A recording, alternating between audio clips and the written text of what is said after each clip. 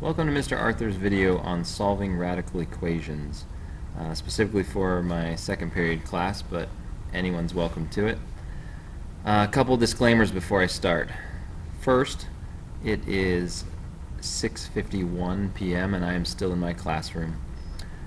Why, you might ask? Well, because I've been grading tests forever, so my brain's a little fried at the moment. It's also about negative 50 degrees in here. So my hands are freezing. Sorry if my writing's a little bit illegible. Other disclaimer is I'm not editing this. I'm not very good at that, nor do I have the time to do it. So I apologize for any mess-ups or mistakes. It'll just be like a normal class, right? So let's get started. You should all have a solving radical equations handout. There are 3 pages to it. I'm not going to read all of it, but I want to go through a couple of highlights with you.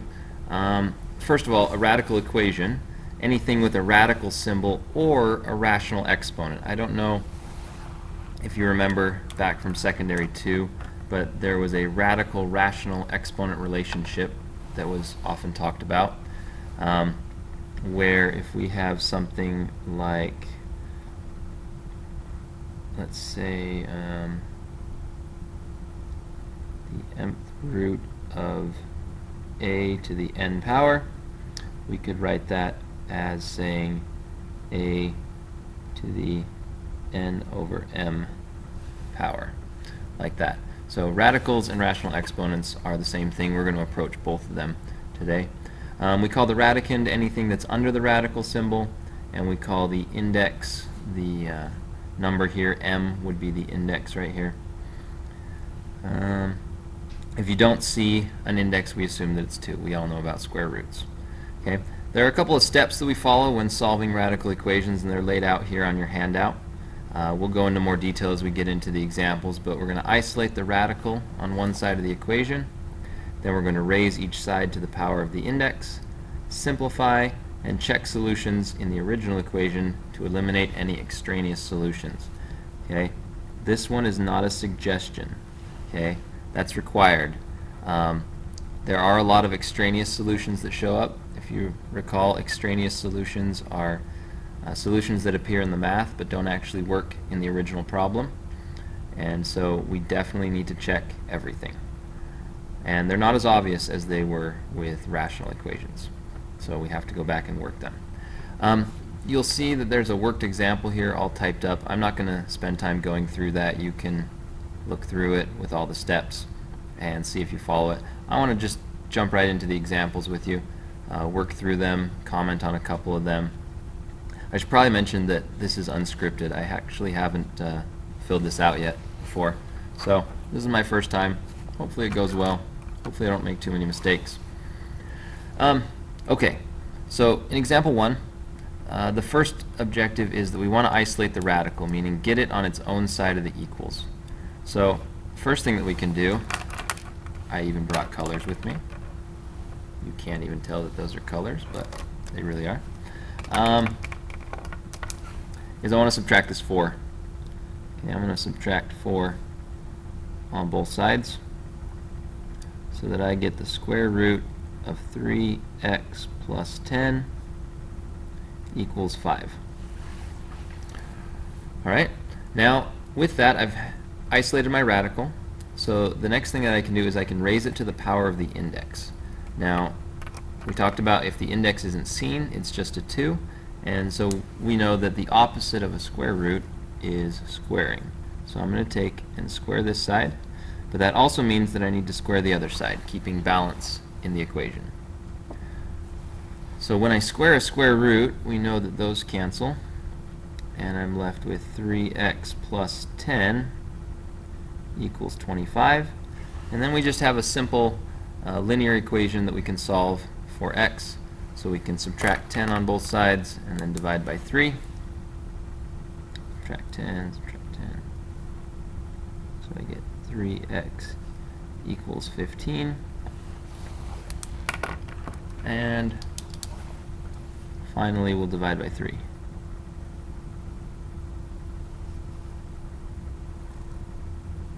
So that I get x equals 5. Now, before I put a box around that and call that my final answer, I do need to go back in and check it. This is where a calculator can come in handy, and I don't mind that. I just need to see that you did check it. So something as simple as just going back and plugging in 5, so 3, 5 plus 10 equals 9. If you're good with your parentheses, you could type in the whole left side of the equation into your calculator and just see that it equals 9. I'm just going to do it by hand real quick. So 4 plus the square root. 3 times 5 is 15 plus 10 is 25 equals 9. So 4 plus 5 equals 9. And we have 9 equals 9. Check. So what that means is that yes, x equals 5 is a valid solution to my radical equation. Okay? Simple enough, right? I just want to point out how cold it is. My fingernails are purple. Alright, it is freezing in here. And that makes my fingers look really fat. Sorry, no one really needed to see that. Okay, next one. Notice we have a different index now. We have an index of 3. We still handle the equation the exact same way. We're going to start by trying to isolate that radical. So I'm going to add 1 to both sides so that I get the cube root of 2x minus 5 equals 3. Okay. Now, just like with square root, we want to do the opposite in order to clear out the root. So the opposite of a cube root is just cubing it. So we're going to raise both sides to the power of 3 so that I can eliminate the radical. And I get 2x minus 5 equals 3 to the third power is 27. And once again, left with a linear equation that we can quickly solve. We can add 5 to both sides. So I get 2x equals, what was that, 32. And finally we can divide by 2.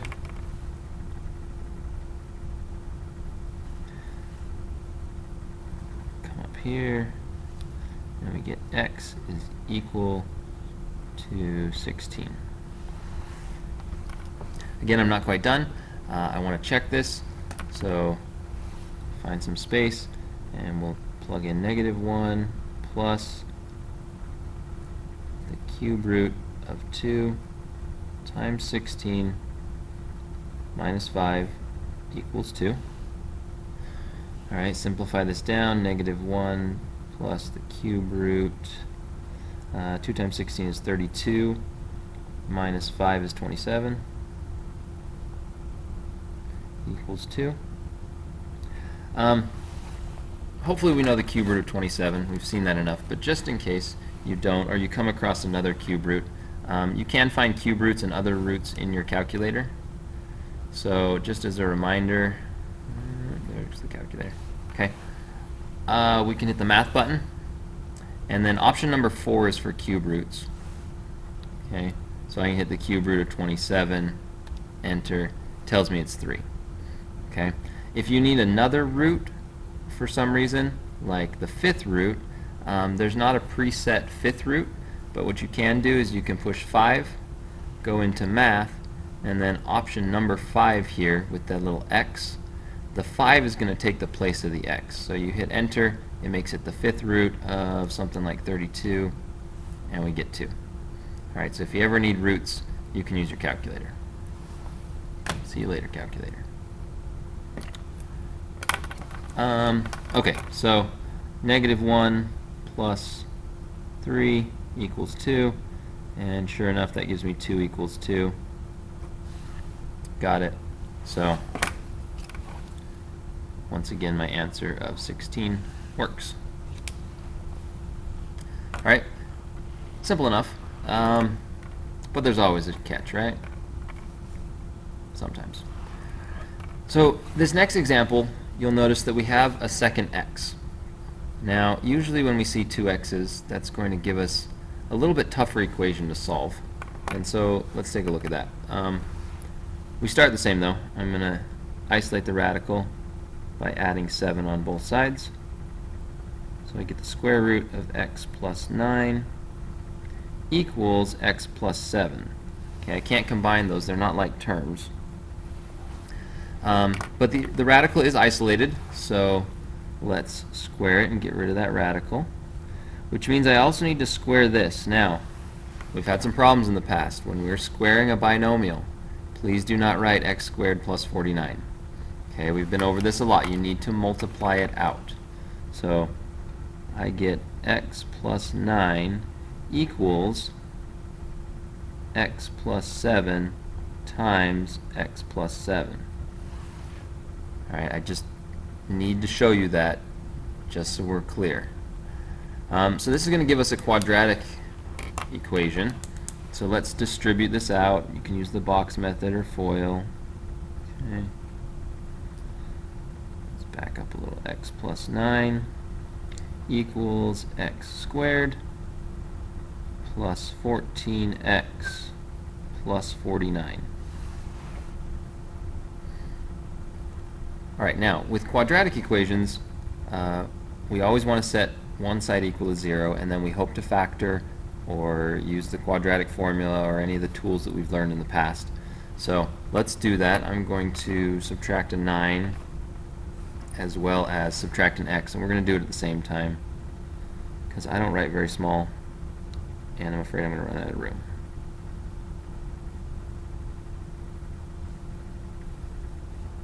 Okay, so those are gone.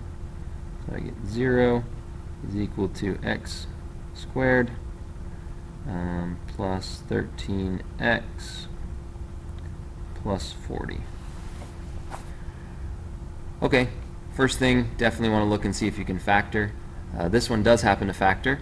Okay, I can multiply 5 and 8 to get 40 and add 5 and 8 to get 13. So that's convenient. It's like we planned it that way or something. Imagine that.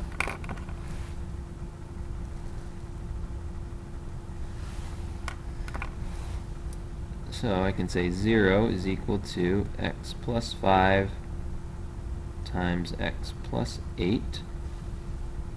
Alright, and we can solve that by setting each piece equal to 0. So I know that x equals negative 5 and or x equals negative 8. Now when you get two answers, you have to check them both. Okay? There is a small chance of no solution. Usually one of the two will work, but we need to check them both just to be sure. So for x equals 5, we would plug in the square root of 5 plus 9 minus 7 equals 5. Alright. Oh, negative 5, sorry. That's what I need you guys around for, to catch those things. Alright, so that's square root of 4 minus 7 equals 5. Okay, square root of 4 is 2 minus 7 is negative 5. Come on, guys, tell me about those things. Alright, 2 minus 5 is negative 5 equals negative 5. Okay, that one works. Good. Let's check the other one. So the square root of negative 8 plus 9 minus 7 equals negative 8. So I get the square root of 1 minus 7 equals negative 8. And that's 1 minus 7 equals negative 8. And I end up with negative 6 equals negative 8. Now that's not possible, obviously. So what that tells me is that negative 8 really wasn't a solution. That one was extraneous. So my only true solution is the x equals negative 5. And then I'm going to cross this one out so that I don't think it's a solution. You really, when you're showing me your work and on a test, you should really make it clear which one's the solution and which one isn't. Now, I may have to explain this more in person, but the reason that we come up with two possible solutions and only one of them works is because notice what's happening up here. This is just a degree 1 equation. Okay, I don't really want to call it linear because it's got that square root in there, but the highest degree on any of these x's is 1, which tells me that my function can only cross the x-axis once when I graph it. I don't have a squared or a higher power to make it turn around. However, in solving and having to get rid of this square root, I had to introduce a squared. Okay, which to solve a quadratic, we always have the possibility of two solutions. So we introduced an extra possibility to solve an equation that only had one to begin with. And so that's why we tend to get extraneous solutions. Okay? That was my phone. It just went off, technically in class. Deal with it. Okay, so hopefully that made a little bit of sense. So that's number 3. Okay, number 4 has 2 square roots in it. Now, the only way you can subtract square roots is if they have the same radicand. And since I have x's here in the radicand, there's no chance of getting those the same right now. So don't think that we're going to combine them into one and then eliminate them. This one's going to take a little more room. So what I want to do is, I still want to isolate one of them. It doesn't really matter which one, but I want to get one of the radicals by itself on one side and the other on the other side, obviously. So let's add the square root of x plus 1 to both sides. Okay, we're going to come over here. So that gives me the square root of 3x plus 1 equals 2 plus the square root of x plus 1. Okay? Now, I feel I should mention, if I'm going too fast, feel free to pause this, rewind, do what you need. But I want to go home sometime tonight, so I'm going to go a little faster. So now that I've got one of the radicals by itself, I can square it, and I need to square this side. I cannot just apply a squared, though, to the radical. That doesn't work. I've got to keep the equation balanced, meaning I must square the entire thing. Alright, so this technically becomes like a binomial. So squaring this side eliminates the 3x, or the square root here. So I get 3x plus 1 equals, now once again, just like the example above, if I'm squaring it, that means I'm multiplying it by itself. And I can hear you groaning right now, even though I'm not in the room. Just stop. You can do it. Okay. 2 plus square root of x plus 1. Alright, this looks fun. So 3x plus 1 equals, let's do some distribution here. So 2 times 2 is 4. 2 times the square root of x plus 1 is 2 square root x plus 1. And then I have that same thing again, so plus 2 square root x plus 1. And then when I multiply the square root of x plus 1 times itself, I'm essentially squaring a square root. So I get, just to show you, I get the square root of x plus 1 squared, which we've already talked about and know that those are going to cancel. Okay, so I can cancel those out. Alright, so now we need to do some housekeeping, okay? We can combine these like terms because, like I mentioned earlier, these now have the same radicand. So long as they're the same radicand, we add them together. So let's say 3x plus 1 equals 4 plus 4 square root x plus 1 plus just the x plus 1 that I had. Alright, so it's like we have a whole new problem now. Now I have one radical. We're going to repeat the steps. We're going to try and isolate this radical and then square it and see what we come up with. The nice thing is we don't have any x squareds in here, so we're not dealing with any quadratics yet. Hopefully we won't. I got one more line in me. Okay, I'm going to, I can combine the 4 and the 1 to be a 5, and then subtract that 5 from this side. Alright, so if I subtract 4, subtract 1, it's just like subtracting 5. And I'm going to subtract this x at the same time. Okay, let's bring it up here. Okay, so what that gives me is 2x minus 4 equals 4 times the square root of x plus 1.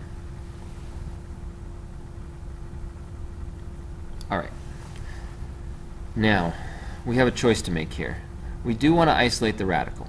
Okay, I would like to get rid of this 4 before I square it. Okay, but that may not always be the best choice. If I were to divide by 4 on both sides, can you see that I would end up dividing this 2x by 4 and then getting a fraction? And then I'd have to square a fraction to get rid of the radical.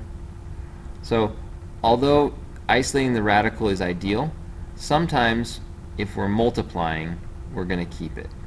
Alright, I try and get rid of things that are added and subtracted, but then again over here I didn't have a choice. So we do the best we can, and then we just go on. So at this point I do want to square the whole thing. Okay, I don't want to mess with fractions. I know you don't either. So 2x minus 4 squared. Let's see if we can do this without writing it out. Okay, so I'm going to get 2x, nope, see I can't do it without writing it out. Let's just roll with it and say that I meant to write it out. Yeah, that was my plan. Okay, now when I square this, and we had some issues with this on the last test that I just corrected, I need to square both the whole number part and the radical. Okay, so this becomes 16, oh no, my color coding, oh well, 16 times x plus 1. Alright, just as a, I feel like I would do a side note here, so I'm going to do a side note. Okay, this is an issue we ran into on our test. If I have 2x all squared, okay, I'm going to square the whole number, square that part, so I get 4x squared. We can't just drop the parentheses and say that they're not there and call it 2 times x squared. Okay, that's a really big important difference. Okay, so let's do some more distribution. Okay, just lots of algebra work here. This is probably a nice lesson not to be there, because now I don't have to listen to the complaints. Because if I were doing this on the board, I know what it would sound like in here. So 4x squared minus 8x, and then we have a minus 8x again, plus 16 equals 16. Yeah, it's going to be best if I distribute that. 16x plus 16. Let's get rid of those parentheses. Alright, now it's just cleaning it up. Yes, now I have a quadratic that I need to deal with. So let's get everything to one side and see if we can factor anything. Let's subtract a 16, that's nice, and subtract a 16x. Now notice that these two are going to combine to give me negative 16x. So I'm subtracting a 16x as well, so they're not going to cancel. This was a bad choice, but I'm subtracting another 16x. Okay, and I'm subtracting a 16. This one's going to cancel. Alright, so I get 4x squared minus 32x equals 0. And before you think that looks horrible, since I don't have just a number term, I can factor out a GCF, which is a lot more convenient here. I can take out a 4x. So 4x, and I get an x minus 8 equals 0, which makes finding the zeros a lot easier. Okay, if I cover up the first one, I say what number times 4 would equal 0, and so that is 0. So x could equal 0, or what number minus 8 equals 0, x could possibly equal 8. All right, we're not quite done yet. We still have to check them. I am running out of room, and I hope you wrote this down as you go because it's hard to tell. Okay, so for x equals 0, let's plug it in. So I get, let's do this. Let's make a column here for check. Square root of 3 times 0 plus 1 minus the square root of 0 plus 1 equals 2. Okay, so the 0 terms go away. I'm left with the square root of 1 minus the square root of 1 equals 2. Well, those are the same thing, so they cancel. 0 equals 2, which is not a true statement, so we are sad, but that is not one of my answers. Now, I know many of you are thinking, well, if it's not that one, it has to be the other one. You're probably right, but we're going to cover all our bases. Square root of 3 times 8 plus 1 minus the square root of 8 plus 1 equals 2. So 3 times 8 is 24 plus 1 is 25 minus the square root of 9 equals 2. So I get 5 minus 3 equals 2, which in fact is 2. And I'm tired of check marks, so now we're doing smiley faces because that is one of my solutions. So let's bust out the purple pen and box that answer, and that guy's gone. Okay, yes, you have a couple of these on your homework. Follow the algebra, do your best, keep your signs straight, okay, and you can do it. You might need to rewind this video, step through it if you need, but hopefully you got all that. Okay. Yes, there's one more page. Okay. This one we just want to point out how to use rational exponents here. Okay, because as we mentioned at the beginning of the video, rational exponents and radicals are the same thing, just in different forms. And here's that thing that I showed you earlier. Now, this right here is important. Okay, so if I want to clear, if I want to undo a radical exponent, I have two options. I can either, a rational exponent. I can either change it to a radical, or I can I can raise it to the reciprocal power.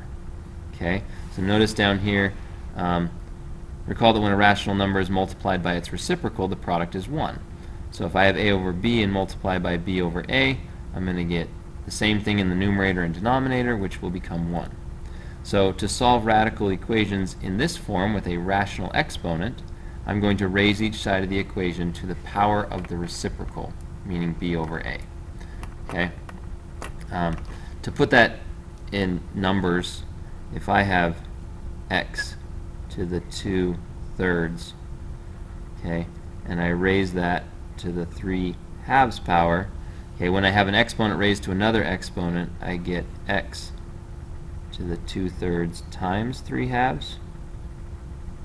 So I get x to the 6/6 power, which is just 1. So I get x. All right, that's all it's saying.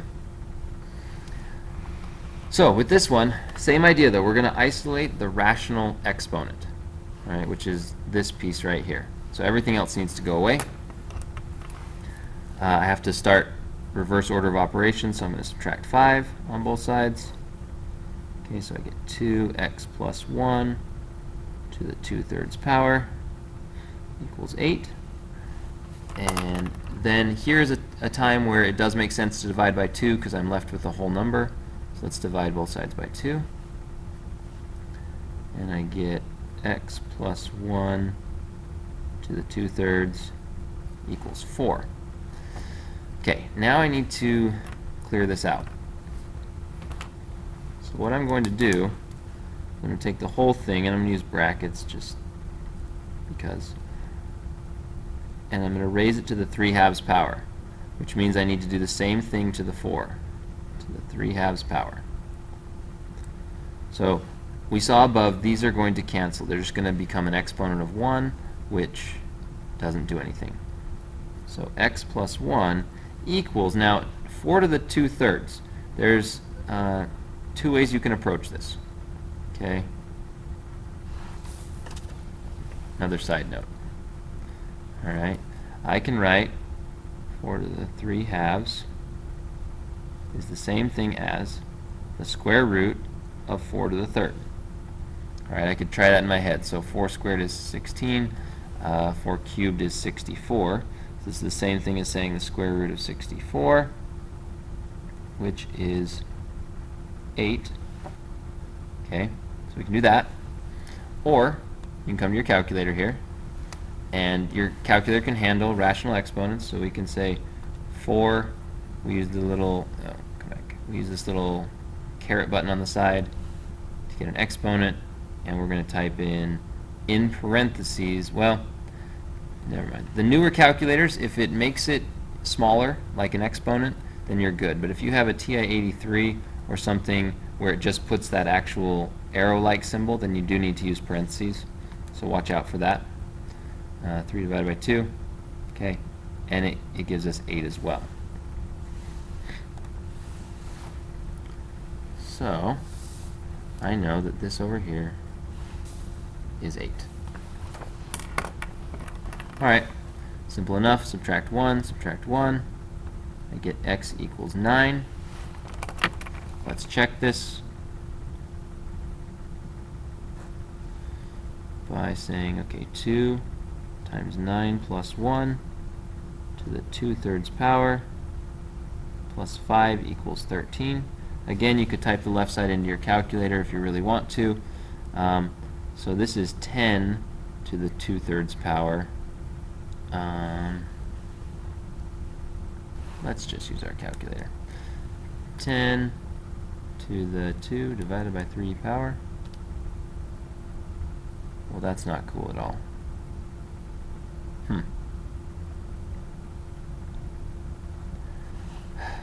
Guys, you let me do this something stupid again.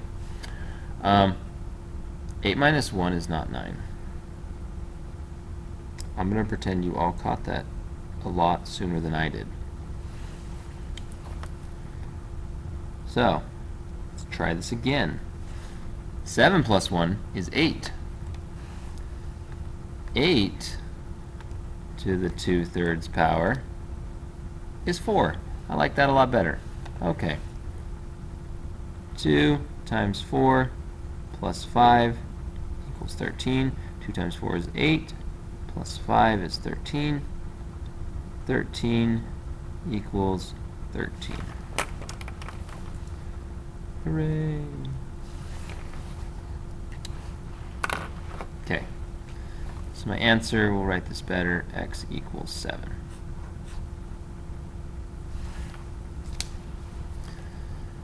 Alright, last but not least, example 6. Okay, here's one where we have another choice. We can either start by converting this to a rational exponent, or we could peel it away like an onion or an ogre. Either one. Okay, I could raise both sides to the 5th power, and then I could take the cube root to clear that out. The theme of this section is rational exponents, so I think I'm going to do that.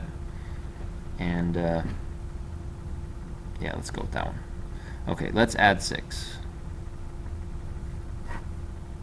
So I can say 4 times the 5th root of x plus 12 cubed, which is under that 5th root, equals 32. Okay, again, it makes sense to divide by 4 here, because I'll get a whole number. So I'm going to divide by 4. So I'm going to get the 5th root of x plus 12 to the 3rd power equals 8. All right, now here's where we can make that change. Actually, here's where we have the choice. So again, I can either raise everything to the 5th power, both sides, and then take the cube root, or I can change this right now to a rational exponent and say this is x plus 12 to the 3/5 power equals 8. Now by doing that, I can apply the same principle that we did in example 5, and I can raise both sides to the 5/3 power. Cancel. X plus 12 equals 8 to the 5/3 power, 32. Just in case you were wondering, if you did it the other way, 8 to the 5th power, and then take the cube root of that, of the answer, you get the same thing. Okay, so I get 32. I'm going to subtract 12 now. X equals 20. No problem would be complete without a check. So 4 times the 5th root of 20 plus 12 minus 6 equals 26. So this is 4 times the 5th root of 32 cubed. Oh, I forgot the cubed. Minus 6 equals 26. Let's try this in our calculator. Let's do 32 to the 3rd power. And then like I showed you earlier, if I do 5, go to the math button. Option number 5 is the 5th root, and I'll pull in that answer, and I'll get 8. So I get 4 times 8 minus 6 equals 26. So that's 32 minus 6 equals 26, and 26 equals 26. This guy is extra happy because that was the last example.